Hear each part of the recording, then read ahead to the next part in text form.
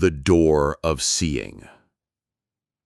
My dear children, today we will step into a wondrous journey, the journey of exploring our own eyes. You may think, oh, what's so special about eyes? I can see clearly already. Why do I need to explore them? But in truth, these eyes hide a profound secret. The Buddha called them Jnankan, the eye faculty, the door of seeing. And if we understand them deeply, a whole new horizon will open before us, guiding us further along the path of enlightenment. Children, try sitting still and gently closing your eyes. When your eyes are closed, the whole world around you turns dark, doesn't it? Then, when you open them again, the green of the leaves, the golden sunlight, the faces of your parents and friends, everything appears vividly. So, is it really the eyes that know how to see?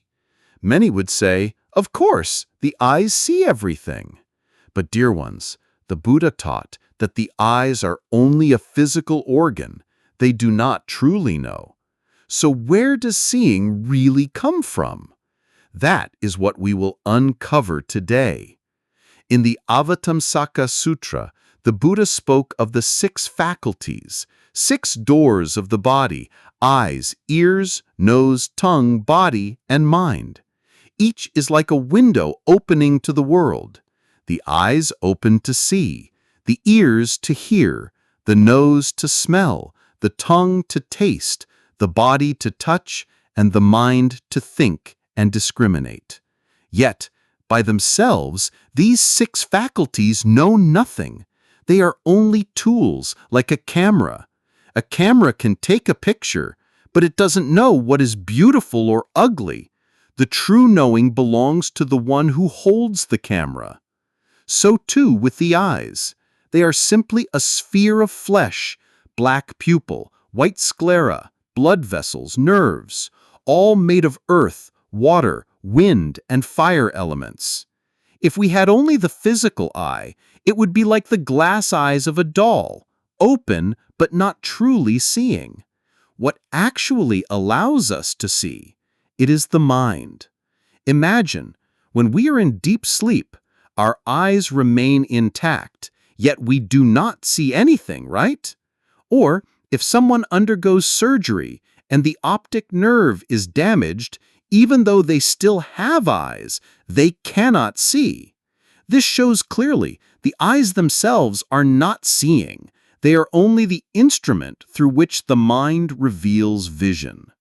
And yet, most of us are mistaken. We say, the eyes see, the ears hear, the nose smells. Because of this delusion, attachment and suffering arise. The Buddha wanted us to understand clearly so that we would not be trapped by this mistake. Children, the true seeing has no shape, no color, no limit. Even in dreams, when our eyes are closed, we still see mountains, rivers, loved ones. If the eyes are closed, then where does that seeing come from? This proves even more clearly that seeing does not rely only on the eyes. In the Surangana Sutra, the Buddha repeatedly asked Venerable Ananda, "You think seeing comes from the eyes, but when you close your eyes and see darkness, where is that seeing?" Ananda was confused and could not answer. Then the Buddha explained, seeing does not belong to inside or outside, nor depend on the eyes. It is the luminous awareness already present in each person. Have you ever played peekaboo with a baby? When covering their eyes, they think no one sees them, and they laugh joyfully. The baby believes that covering the eyes means there is no seeing.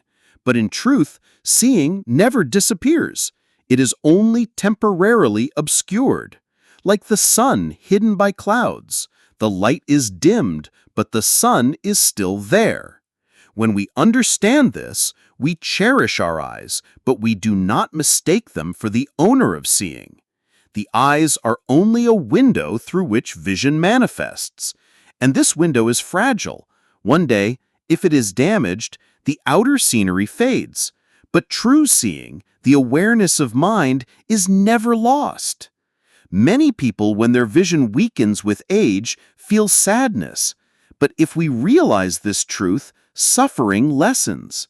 For we know true seeing does not depend completely on the eyes. The eyes are only a means. What matters most is to return and recognize the luminous mind, the knowing that is present each moment. Dear children, let us reflect more on the Buddhist teaching. Seeing arises when three conditions meet: the eye faculty, Nyan Kan, the visible object, Sak Charn, and eye consciousness, Nyan Tek. The eye faculty is the eye, like a doorway. The visible object is the outer form, the green of leaves, the red of flowers, shapes and light. When the eye meets the form, recognition arises. This is called eye consciousness. With these three together, the experience of seeing appears. If one is missing, seeing cannot occur. Without light, the eye cannot see clearly. If the optic nerve is damaged, the eye opens, but vision does not arise. If the mind is absent, as in deep sleep, then even with eyes and objects present, seeing does not appear. Thus we understand seeing does not truly belong to the eye, nor to the object. It is the functioning of the luminous mind through conditions. But humans are deluded. We believe the eyes see, the ears hear, the nose smells. From this clinging comes desire, attachment to beauty, sound, fragrance. When the eye sees beauty, craving arises. When it sees ugliness, aversion arises. Thus we are pulled along by joy, sorrow, like, and dislike. But if we awaken, we will see the eye is only a tool, the object is only a condition, the mind is the root of knowing. Think of this. Have you ever dreamed with eyes closed, yet seen rivers, friends, even places you have never been?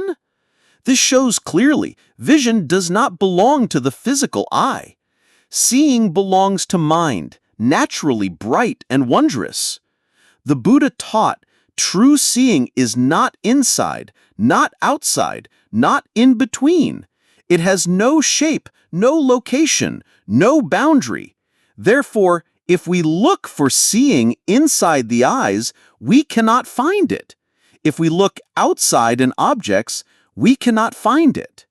Only by turning back to recognize the luminous awareness within ourselves can we truly understand seeing. With this understanding, we are less afraid when our eyesight weakens, less sorrowful when scenes change. For true seeing has never been lost, only covered like the sun behind clouds. That seeing is the luminous awareness, always present, unborn, undying. So, let us live mindfully in each gaze. When seeing beauty, know it, but do not cling. When seeing ugliness, know it, but do not reject. Let seeing return to its pure nature, simply seeing, without comparison or judgment. When we do this, the mind becomes serene, undisturbed by outer conditions. The eyes will one day close, as life's law decrees, but true seeing remains whole. One who returns to this luminous awareness is walking the path of enlightenment, leaving suffering, reaching freedom and liberation. Children, our eyes are precious gifts.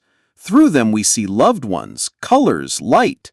But if we stop there, we mistake the eyes for the master of vision. The Buddha taught, eyes are tools, objects are conditions, but the mind is the root of luminous knowing. When we realize this, we no longer fear the fading of sight with age, nor grieve over changing scenes. For true seeing has never been lost, only hidden, like the sun behind clouds. That seeing is the luminous awareness, always present, unborn, undying. Therefore, let us live mindfully in each gaze. When seeing beauty, know it, but do not cling. When seeing ugliness, know it, but do not reject. Let seeing return to its pure nature, simply seeing, without comparison or judgment. When we do this, the mind becomes serene, undisturbed by outer conditions. The eyes will one day close, as life's law decrees, but true seeing remains whole. One who returns to this luminous awareness is walking the path of enlightenment, leaving suffering, reaching freedom and liberation. Children, cherish each moment of seeing in the present, for each gaze is a chance to recognize the wondrous nature of mind. Every mindful look becomes a step homeward, and then we will